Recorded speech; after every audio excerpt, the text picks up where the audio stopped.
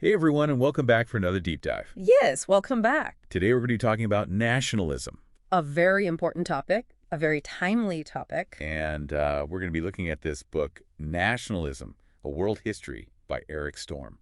Excellent book. Really dives deep into the history of nationalism. So before we get into the book itself, let's talk a little bit of the author. Sure. Who is Eric Storm? Well, Eric Storm is a historian, and he specializes in nationalism. Okay. And he's been studying this and teaching about it for years. So this isn't some fly-by-night project or author. He's really thought this through. One of the things that's interesting about this book is that he wrote it because he was frustrated with the other overviews of nationalism that were out there. He felt they were lacking something. They weren't comprehensive enough, not nuanced enough. So he wanted to provide something better. All right, well, let's dive in. Okay. The first part is called The Invention of the Nation State, which already I'm kind of like, wait a minute, wasn't it always nation states? Well, that's what's so fascinating. We think of the nation-state as natural or inevitable, like the default way humans organize themselves, when in fact it's a more recent phenomenon. Okay, so he starts off in chapter 1 setting the stage by basically saying, no, this is not how things have always been. Right. He takes us back to the pre-modern world, to a time before the 18th century. Okay. And he shows us that the nation-state as we know it today Yeah. was largely absent. So what did the world look like back then? Well, it was a very different world made up of empires, kingdoms, and city-states. These were very different kinds of political entities. They had different ways of organizing themselves, different ways of relating to their people. So who were people loyal to? Well, it depended. It could be to a local lord, a dynasty, a royal family, or a religious institution. The idea of being loyal to a nation in the modern sense just wasn't really there. So how did things start to shift?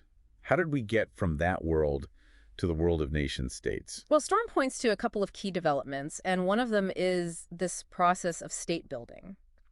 Yeah. In Europe, you had rulers who were starting to consolidate their power. Uh-huh. They were trying to create larger, more centralized states. And so in order to do that, you need to have some kind of unifying... Exactly. They needed to create a sense of shared identity among their subjects. But this wasn't just a European phenomenon. Not at all. I mean, you had large empires in other parts of the world as well. Right. He talks about the gunpowder empires, for example. Okay, the Ottomans, the Safavids. The Mughals, yeah. Okay. And these empires were also consolidated through military power and technology. Gunpowder specifically. Yeah. Okay, so we're starting to see some of the seeds of the nation state being planted here. Right. But the concept of the nation itself is still evolving. Okay, so the nation is different from the state. Right. The nation is the people. The state is the political structure. Okay, got it. And so Chapter 2, Imagining Communities, is all about how that concept of the nation as a distinct kind of community starts to emerge. Okay, so break that down for me a little bit. Well, the key idea here is that nations are not natural. They're not like mountains or rivers. They're imagined communities, in the words of Benedict Anderson. Okay, so what does that mean, imagined?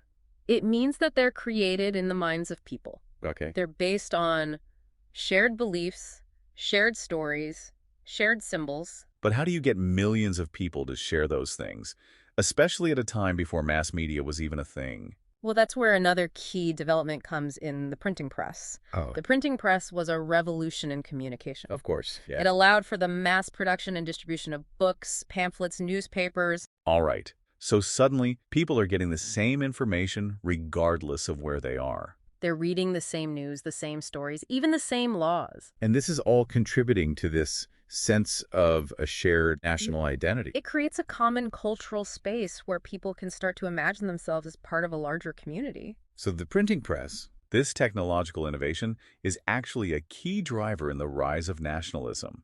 And then, of course, you have the Age of Revolutions. Right. The late 18th, early 19th century. Exactly. The American Revolution, the French Revolution, huge changes. How did these revolutions shape the development of the nation state? Well, they really put the idea of popular sovereignty front and center. Okay. The idea that power comes from the people, not from a king or a god. Right. The foundation of modern democracy. Exactly. Okay. And nation-state became the embodiment of that idea. So instead of being subjects of a king, you're now citizens of a nation. You have rights and responsibilities. It's a very different way of thinking about your relationship with the government, and it's a fundamental shift. To the political order. Yeah, and the French Revolution in particular had this huge ripple effect. Okay. It inspired movements for independence and republicanism all over the world. And even Napoleon, ironically, Right. in his conquests, kind of helped to spread these ideas as well. He spread the model even though he was trying to create his own empire. Right, so even in war and conflict, Yeah. the idea of the nation-state was He is gaining momentum. spreading. Yeah. So we've got the political side of things developing, but there's also this cultural side that we were talking about earlier. Absolutely. And that's where Chapter 4, The Rise of National Cultures, comes in. Right, and here Storm talks about the importance of romanticism. Okay, so Romanticism, the artistic movement. Yeah, it was a cultural movement that really emphasized emotion and intuition and this idea of the unique spirit of different peoples. So it's about celebrating the particularities of different cultures. It's about celebrating the things that make a nation unique. Okay. It's language, it's history, it's folklore. So you have people like the Grimm brothers collecting fairy tales. Right. Or Elias Lundrot compiling the Finnish national epic, the Kalevala. Right. So these seemingly small acts of collecting stories and songs are actually really important for building this sense of national identity. Exactly. They're creating a shared cultural heritage. And so all of these forces are coming together in the 19th century. And the nation-state really starts to become the dominant model for political organization. Right. Chapter 5 is the nation triumphant. So by this point, the nation-state is kind of winning. It's becoming the norm. Yeah. You have the unification of Italy, the unification of Germany. Right. These are big moments where nation-states are being created. But of course, this is also the age of imperialism. Right. So the nation-state is being used to justify colonialism as well. Exactly. It's this double-edged sword. Uh, On the one hand, it can be a force for liberation. On the other hand, it can be used to justify domination. Okay, so as the nation-state is spreading around the world, the concept of citizenship becomes really important. Right. Chapter 6, citizenship.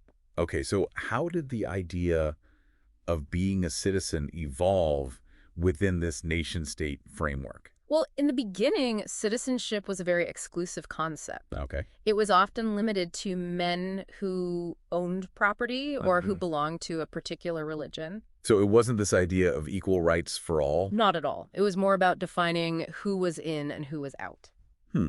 But over time, you start to see movements to expand citizenship. Right. You have suffrage movements fighting for the right to vote. You have social reformers pushing for greater equality. And you have the beginnings of the welfare state, where the government takes on more responsibility for the well-being of its citizens. So it's a gradual process. Very much so. Of expanding rights and inclusion. Yeah, and it's a process that's still ongoing. Right, because even today, there's still debates about who belongs and who's entitled to full citizenship. It's a constant struggle. Okay, so we've covered a lot of ground here just in this first part of the book. We have. And it's amazing to see how quickly the nation-state went from being basically non-existent to becoming the dominant model for organizing societies. It's a remarkable story. It really is. And it's a story that's still unfolding. Absolutely. Yeah. All right, so we're going to take a break here. Okay. And when we come back, we'll dive into part 2 of the book, Nationalism in the 20th Century. Sounds good. It really is a remarkable story. And as we move into the 20th century, things get even more complicated. Right, because this is the century of the world wars. Exactly. Two of the most devastating conflicts in human history. Just briefly, we want to say thank you for listening to Rambling Dan Rowe's Deep Dive Book Reviews. Please remember to like and subscribe to support our channel. Thank you. So how did nationalism factor into these wars? Well, that's a key question that Storm explores in this section of the book, Nationalism in the 20th Century. Okay. And he starts by looking at the world wars and their immediate aftermath in Chapter 7. Okay. And what's interesting is that the wars themselves initially had the effect of intensifying national feeling. How so? Well, people rallied around their flags, you know. They were united against a common enemy. Makes sense. There was this surge of patriotism and a willingness to sacrifice for the nation. Right. It's like all those ideas we were talking about earlier about imagined communities. Exactly. They really come to the forefront in a time of war. They become very real, very tangible. But of course, the wars also showed the dark side of nationalism. Yeah, the potential for violence and hatred and ultimately destruction. Right. It's that double-edged sword again. Exactly. Nationalism can be a powerful force for good, but it can also be a very dangerous force. And in the aftermath of the wars, you have all these empires collapsing. Right, the Austro-Hungarian Empire, the Ottoman Empire, the Russian Empire. And this leads to the creation of a whole bunch of new nation states. Exactly. The map of Europe is completely redrawn. So it's a period of both creation and destruction. Yeah, and it's a period of great upheaval and uncertainty. And this is where the idea of self-determination really takes hold. Right, the idea that every nation has the right to its own state. But as we know, it's not always that simple. No, it's a very complex and often messy process. So how does Storm address the challenges of nation building in this post-war period? Well, he looks at a number of different cases, and he highlights the fact that newly independent nations often faced a lot of obstacles. They had to figure out how to create viable states, they had to build institutions, they had to establish a sense of national unity. And all of this is happening against the backdrop of the Cold War. Right, this ideological struggle between the United States and the Soviet Union. So how did the Cold War impact the development of nationalism? Well, in a sense, it kind of globalized nationalism. Okay. Because both the U.S. and the Soviet Union were trying to win over newly independent nations. Right, they were competing for influence. Exactly, and they would often support nationalist movements that they saw as being aligned with their own interests. So it's not just about nationalism within a particular country anymore. Right, it's become part of this global ideological struggle. Okay, so we've got the World Wars, we've got the Cold War, and at the same time you also have decolonization happening. Yeah, this is another huge development that's reshaping the world in the 20th century. So how does Storm approach decolonization in the context of nationalism? Well, he emphasizes the fact that it was a very complex and uneven process. Okay. Some colonies gained independence relatively peacefully. Right. Others had to fight for it. Uh-huh. And even after independence, many former colonies continued to face challenges. Economic dependence on their former colonial powers, Okay. political instability, internal conflicts. So it's not like decolonization magically solved all the problems. It was just the beginning of a new set of challenges. Right. It's like one chapter is closing, but another one is opening. And it's a chapter that's still being written. Absolutely. So we've seen how nationalism played out in the first half of the 20th century, but what about the second half? Well, that's where we see some interesting developments, one of which is the rise of globalization. Okay, so how did globalization affect nationalism? You would think that it would weaken national identities, right? That was the conventional wisdom for a while. Yeah, I mean, borders are becoming more porous, people are traveling more. We're all connected through the internet. Right. It seems like the world is becoming more and more interconnected. Exactly. But what we've actually seen is that globalization has in some ways fueled a resurgence of nationalism. How so? Well, globalization has created winners and losers, and those who feel like they've been left behind by globalization Okay. often turn to nationalism as a way to assert their identity and their interests. So it's like a reaction to the perceived threats of globalization. Exactly. People feel like their culture is being eroded, their Aye. jobs are being lost, Right. their way of life is under threat. And nationalism offers a sense of security. Yeah, it's a way to draw boundaries, Uh-huh. to protect what's seen as being important. And this is where the rise of populist movements comes in. Right. These movements often tap into nationalist sentiment. Okay. They appeal to people's fears and anxieties. Right. They offer simple solutions to complex problems. So it's like nationalism is taking on a new form in this era of globalization. Yeah, it's become more complex, more multifaceted. And it's something that we're still grappling with today. Absolutely. Okay, so we've covered a lot of ground here in terms of the 20th century. We have. We've seen how nationalism has been shaped by war, by ideology, by globalization. Right.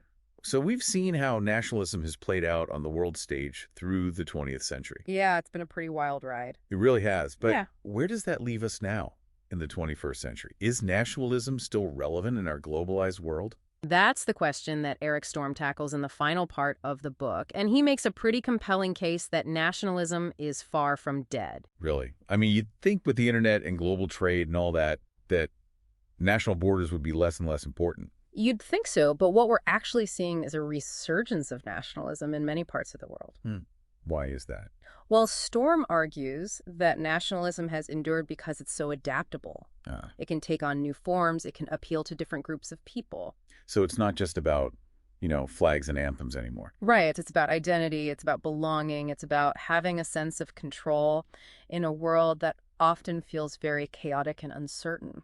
And that's where globalization comes in, right? Exactly, because globalization has created both winners and losers. Uh-huh. And those who feel like they've been left behind by globalization, those who feel like their cultures or their jobs are under threat, Yeah. they're often the ones who are most drawn to nationalist rhetoric. It's like a defense mechanism. Yeah, a way to protect what they see as being valuable and important. So in a way, globalization has actually fueled the rise of nationalism. In some ways, yes. Okay, that's interesting. So Storm sees nationalism as this kind of double-edged sword. Exactly. It can be a force for good or for ill. Uh-huh. It can promote solidarity and cooperation, but it can also lead to division and conflict. And it all depends on how it's expressed and channeled. Right. It depends on the context. It depends on the leadership. It depends on a lot of factors. So what does Storm have to say about the future of nationalism? Does he offer any predictions?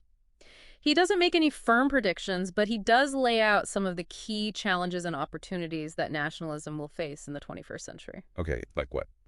Well, one challenge is the rise of global governance structures. Okay, like the United Nations or the European Union. Exactly. These organizations are trying to address issues that transcend national borders. Right. Things like climate change or pandemics. Exactly. And so the question is, how will nation states adapt to this new reality? Will they be willing to cede some of their sovereignty to these international bodies? That's a big question, and there's no easy answer.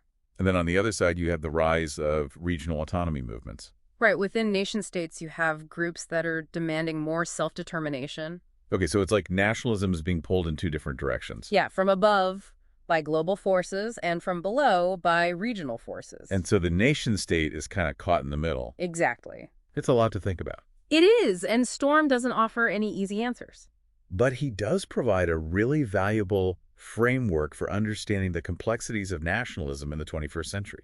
He does, and I think that's one of the strengths of the book. Yeah, he doesn't try to oversimplify things. No, he acknowledges the nuances, he acknowledges the contradictions. And he leaves us with more questions than answers. Which is often the sign of a good book. Absolutely. It makes you think. It does. So overall, would you say this is a book worth reading? Definitely. I think it's essential reading for anyone who wants to understand the world we live in today. Okay, well, I'm sold. I'm going to add it to my reading list. I think you'll enjoy it. All right, so that's Nationalism, a World History by Eric Storm. A fascinating exploration of a timely and important topic. It really is. So thanks for joining us on this deep dive. It's been a pleasure. And we'll see you next time for another exploration of the big ideas that are shaping our world. Until then, keep diving.